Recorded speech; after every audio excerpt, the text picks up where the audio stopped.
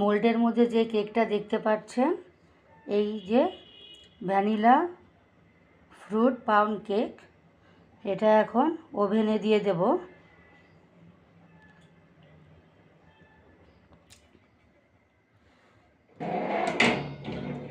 কেকটা এখন আমি ওভেনে,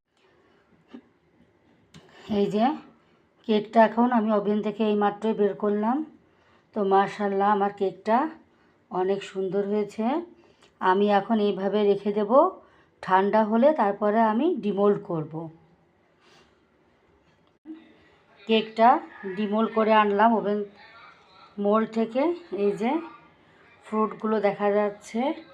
তো কেমন হয়েছে আমার এই ফ্রুট ভ্যানিলা পাউন্ড কেক, সবাই কমেন্টে জানাবেন। তো সবাই ভালো থাকবেন, সুস্থ থাকবেন। আল্লাহ হাফেজ।